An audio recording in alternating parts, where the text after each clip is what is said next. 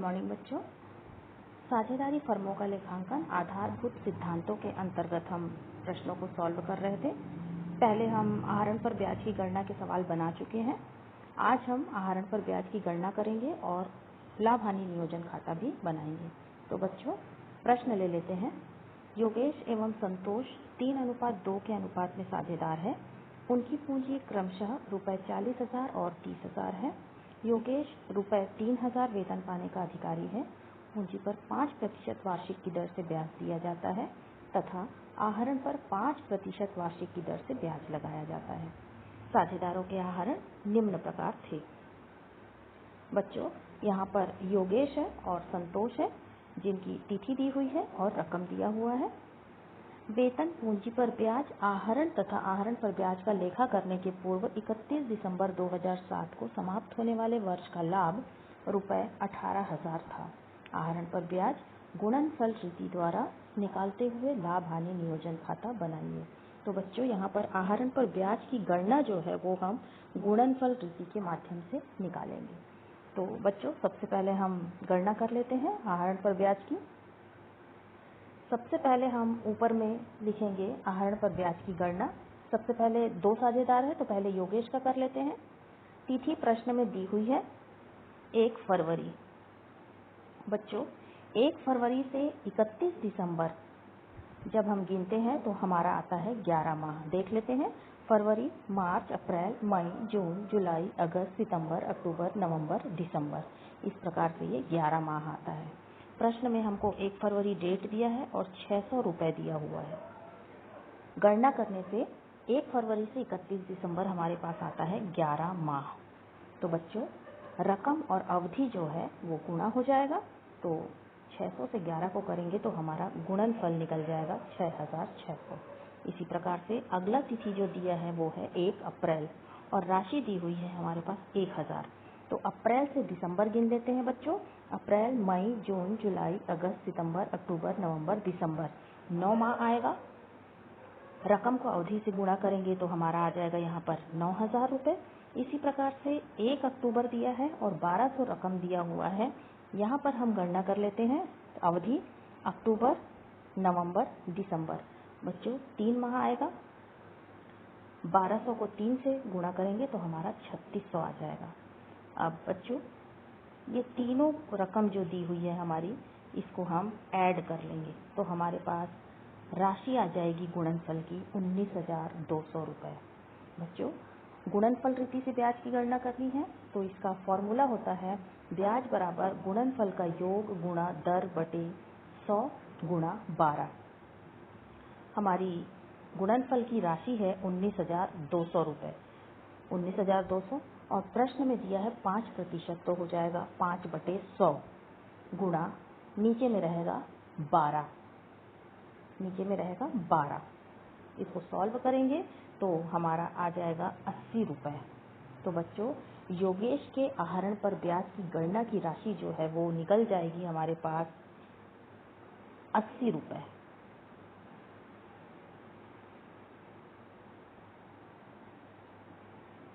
इसी प्रकार से हम संतोष की आहरण पर ब्याज की गणना कर लेते हैं। संतोष की तिथि दी हुई है 1 जून। रकम दिया हुआ है 800 रुपये। 1 जून से 31 दिसंबर तक गिनेंगे बच्चों तो आएगा हमारा 7 माह। रकम को अवधि से गुणा कर देंगे 800 गुणा 7 तो हमारा निकल जाएगा यहाँ पर रकम 5,600। इसी प्रकार से अगला डेट दिया है 1 सितंबर। रकम दी हुई है बच्चों 1,400 रुपये। सितंबर से दिसंबर गिन लेंगे। सितंबर, अक्टूबर, नवंबर, दिसंबर, 4 माह आएगा। इसी प्रकार से रकम को अवधि से गुणा करेंगे 1,400 को 4 से तो हमारा यहाँ रकम आ जाएगा 5,600 रुपये। बच्चों अगला डेट दिया हुआ 1 नवंबर। नवंबर, दिसंबर 2 माह आएगा और राशि हमारी दी हुई है 1,000 रुपये। गुणा कर देंगे तो यहाँ आएगा 2,000 रुपये। बच्चों अब हम तीनों का जो गुणनफल की राशि है उसको हम ऐड कर लेंगे तो हमारी राशि आ जाती है 13,200। ये गुणनफल का योग है। फॉर्मूला लगा देंगे गुणनफल विधि का।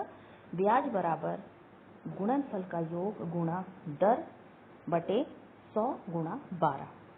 तो राशि पुटअप कर देंगे गुणनफल की राशि है हमारी 13,200, 5% के लिए 5/100 और ये माह के लिए हमारा 12 माह। तो बच्चों सॉल्व करने से हमारी राशि आ जाएगी 55 रुपये। तो बच्चों इस प्रकार से यहाँ पर हमारा संतोष की भी राशि आ जाएगी आहरण पर ब्याज की। अब हम बना लेते हैं लाभ हानि नियोजन खाता। तो बच्चों सबसे पहले हम लाभ हानि नियोजन खाता जब बनाते हैं तो ऊपर टॉप में हम लिख देते हैं, सबसे पहले टॉप में लिखेंगे लाभ हानि नियोजन खाता, एक तरफ डेबिट दूसरी तरफ क्रेडिट, विवरण रकम विवरण रकम। सबसे पहले प्रश्न में हम देख लेते हैं, प्रश्न में देख लेते हैं लाभ कितना दिया है। तो बच्चों लाभ यहाँ पर दिया हुआ है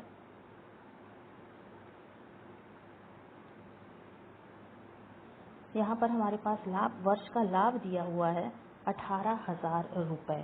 तो सबसे पहले हम लाभ लिख लेते हैं क्रेडिट में, आएगा राशि क्रेडिट में हम लिखेंगे शेष लाया गया और 18,000 रुपये लिख देंगे। अब बच्चों प्रश्न देख लेते हैं, प्रश्न में आगे दिया हुआ है पूंजी,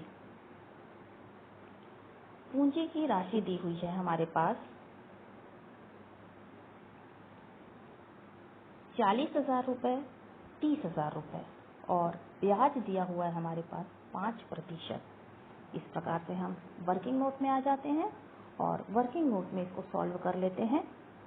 सबसे पहले वर्किंग नोट में लिखेंगे पूंजी पर ब्याज की गणना।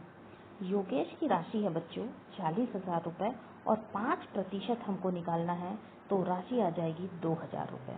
इसी प्रकार से संतोष की राशि की गणना करेंगे, इसकी पूंजी दी है 30,000 और 5% हम निकालेंगे तो इसकी रकम आ जाएगी 1,500 रुपये।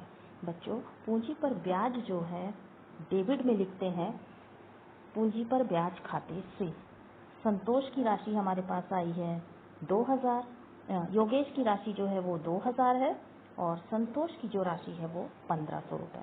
बच्चों ये दोनों का जो टोटल है, ये दोनों का टोटल हम बाहर निकाल देंगे 3,500 रुपये। बच्चों अब प्रश्न में देख लेते हैं हम, प्रश्न में दिया हुआ है आगे योगेश 3,000 रुपये वेतन पाने का अधिकारी है। तो बच्चों इस जो वेतन है ये आता है हमारे डेबिट में, लाभ हानि नियोजन खाते के डेबिट में, योगेश के वेतन खाते से और रकम हम लिख देंगे बच्चों 3,000 रुपये। अब प्रश्न में दिया है आहरण पर ब्याज, आहरण पर ब्याज की राशि की गणना हमने कर लिया है बच्चों, निकाले तो हमारा आया है राशि योगेश का 80 रुपये आया है, योगेश की राशि 80 रुपये लिखेंगे और इसी प्रकार से संतोष की राशि जो आई है वो हमारे पास आई है 55 रुपये, तो इसकी एंट्री कर देंगे। आहरण पर ब्याज जो है वो आता है क्रेडिट में, योगेश की राशि 80 और संतोष की राशि जो है वो 55 आएगी। बच्चों ये दोनों का जो टोटल है ये हम बाहर निकाल देंगे 135 रुपये। बच्चों प्रश्न में इतना ही दिया था, अब हम टोटल कर लेंगे। सबसे पहले हम क्रेडिट का टोटल करेंगे बच्चों, अब हम टोटल कर लेते हैं।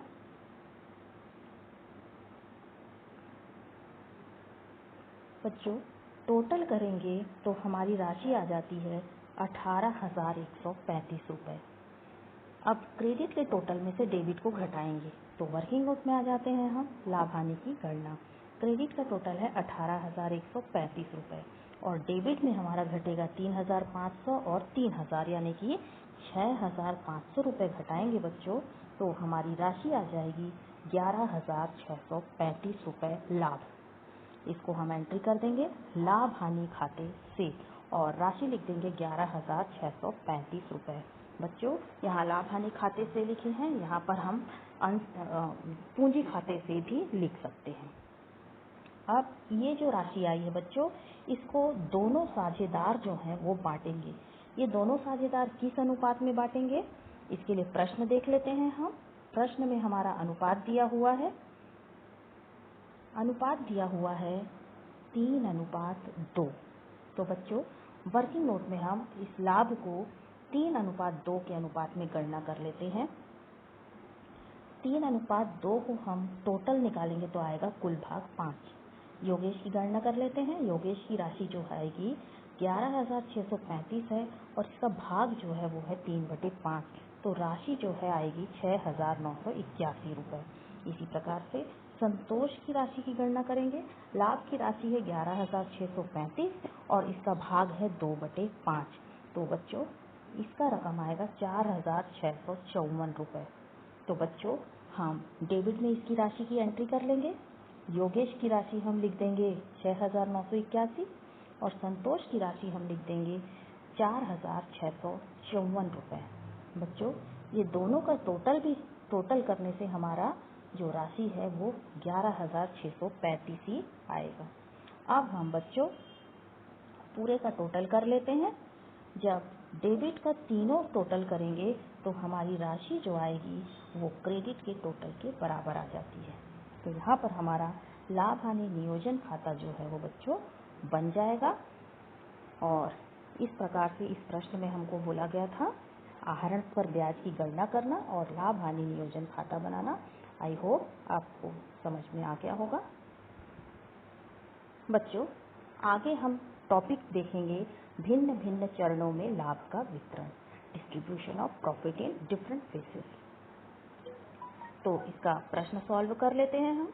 ABC एक फर्म में साझेदार हैं। उनकी पूंजी क्रमशः रुपए 60,000 और 80,000 है। उनके चालू खाते के डेबिट शेष क्रमशः रुपए 10,000, 5,000 और 2,000 है। साझेदारी संलेख के अनुसार साझेदारों को पूंजी पर 5% प्रतिवर्ष ब्याज दिया जाता है। C को सक्रिय साझेदार होने के कारण रुपए 6,000 प्रतिवर्ष वेतन दिया जाता है। विभाजन योग्य लाभ में से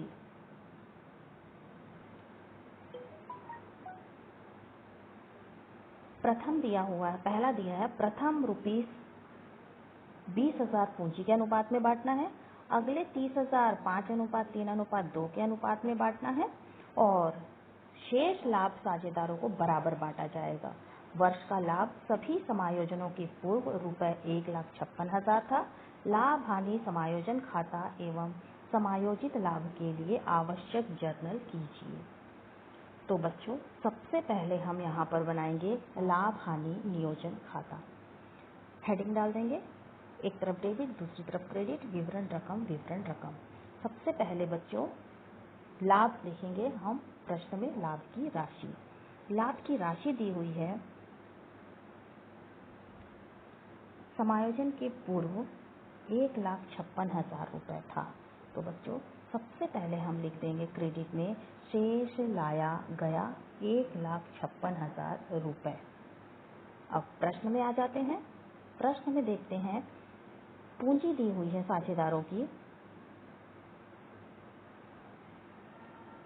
60,000 रुपये और 80,000 रुपये और बच्चों पूंजी पर 5% प्रतिवर्ष ब्याज दिया है।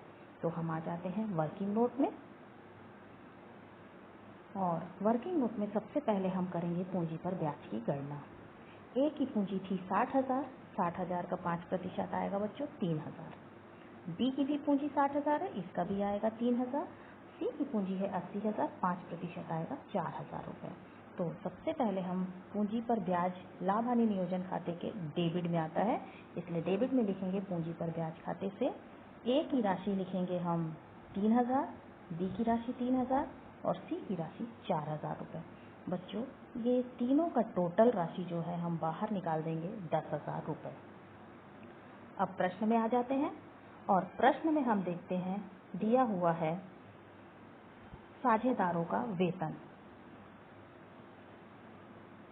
सी को सक्रिय साझेदार होने के कारण 6,000 रुपये प्रति वर्ष वेतन दिया जाता है। तो बच्चों वेतन जो है वो लाभ हानि नियोजन खाते के डेबिट पक्ष में आता है, लिख देंगे सी के वेतन खाते से और राशि लिख देंगे हम 6,000 रुपये। प्रश्न में इतनी ही जानकारी दी हुई है। अब हम टोटल कर लेते हैं बच्चों। टोटल करेंगे तो क्रेडिट का टोटल आता है 1,56,000 रुपये। वर्किंग नोट में आ जाते हैं लाभ हानि की गणना। क्रेडिट का टोटल है 1,56,000 रुपये और डेबिट में हमारा जो आएगा ये 10,000 और ये 6,000, यानी 16,000 रुपये खर्च जाएगा। तो हमारा आंसर जो आएगा लाभ वो है 1,40,000 रुपये। इसको हम लिखेंगे चालू खाते से। बच्चों ये जो चालू खाते से मैंने लिखा है ये प्रश्न में, क्योंकि चालू खाते का देख लेते हैं, प्रश्न में हमको दिया हुआ है चालू खाते का शेष, इसलिए हमने यहाँ चालू खाते का डेबिट शेष दिया हुआ है, इसलिए हम जो आंसर है उसको चालू खाते के नाम से शो करेंगे। अब हम इस 1,40,000 का विभाजन करेंगे। तो बच्चों ये प्रश्न में दिया हुआ है विभाजन, इसकी तालिका बना लेते हैं। प्रश्न में दिया हुआ है शुरू के जो 20,000 हैं उसको पूंजी के अनुपात में बांटना है, ये हमें प्रश्न में दिया हुआ है। तो बच्चों वर्किंग नोट में हम आ जाते हैं, पूंजी का अनुपात निकालेंगे। साझेदारों की पूंजी दी हुई है 60,000, 60,000 और 80,000 रुपये। तो इसको काट देंगे तो हमारा अनुपात निकलेगा 3:3:4। तो सबसे पहले हम 20,000 को 3/10, 3/10 और 4/10 के अनुपात में बांटेंगे तो 6,000, 6,000 और 8,000 आएगा। इस प्रकार से ए की राशि, बी की राशि और सी की राशि हमारी निकल जाएगी पूंजी अनुपात में। अगला 30,000 जो है उसे हमें बांटना है 5:3:2। यहाँ 30,000 का वर्किंग नोट में कर लेंगे। 30,000 का 5:3:2/10 होता है। अब हम इसे निकाल देंगे तो हमारी राशि आएगी 15,000, 9,000 और 6,000। बच्चों इसे हम यहाँ पर नोट कर लेंगे 15,000, 9,000 और 6,000। अगला बताया गया है प्रश्न में शेष भाग। अब शेष भाग कैसे निकलेगा बच्चों? हमारा आंसर जो आया है लाभ की राशि है 40,000, 1,40,000। 1,40,000 में से हम घटा देते हैं 50,000 रुपये बच्चों, तो हमारा रकम जो बचेगा वो आ जाता है 90,000 रुपये। जो शेष राशि है वो बचेगी 90,000 रुपये। तो इस 90,000 को अब हम बराबर अनुपात में बांटेंगे तो 1:1:1 आता है। तो राशि आ जाएगी 30,000, 30,000 और 30,000। इस प्रकार से ये बराबर अनुपात में भी बढ़ जाएगा। अब बच्चों सबके रकम की टोटल कर लेते हैं। ए का भाग आता है हमारे पास 51,000, बी का भाग करते हैं तो आता है बच्चों 45,000 और सी का हम करते हैं तो बच्चों आता है हमारे पास 44,000। तो इस प्रकार से लाभ का जो विभाजन है वो अब लाभ हानि नियोजन खाते में कर देंगे। लाभ हानि नियोजन खाते में हम लिख देंगे ए का भाग आया 51,000, बी का भाग आया 45,000 और सी का आया 44,000। तो बच्चों ये तीनों का जो टोटल है इसके बराबर आ जाता है 1,44,000 का हमने विभाजन किया है। तो ये विभाजन हमारा सही है, चेक कर सकते हैं। अब हम डेबिट का टोटल कर देंगे। डेबिट का टोटल जब हम करेंगे बच्चों तो आएगा 1,56,000 रुपये, जो कि क्रेडिट के बराबर हो जाता है। तो बच्चों इस प्रकार से यहाँ पर लाभ हानि नियोजन खाता हमारा बन जाएगा। बच्चों इस प्रश्न में हमने लाभ हानि का वितरण किया हुआ है जो कि भिन्न भिन्न चरणों में करना था। तो इस सवाल में हमारा जो अलग आया है, अलग गणना हुई है, वो ध्यान देने योग्य जो है वो यही है जो हमको तालिका बनाकर इस पर लाभ का विभाजन करना है। आई होप बच्चों आपको ये समझ में आ गया होगा। अब इसके सारे प्रश्न आप इसके आधार पर बना सकते हैं। Thank you.